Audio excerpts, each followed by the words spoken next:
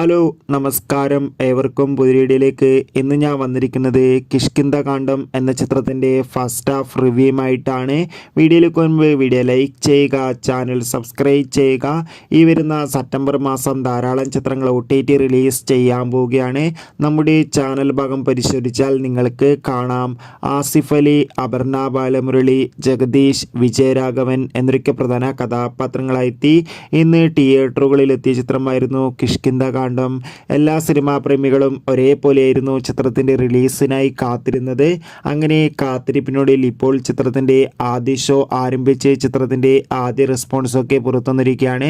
ചിത്രത്തിൻ്റെ first half കഴിയുമ്പോൾ തന്നെ ചിത്രത്തിന് പോസിറ്റീവ് അഭിപ്രായം ലഭിച്ചിട്ടുണ്ട്.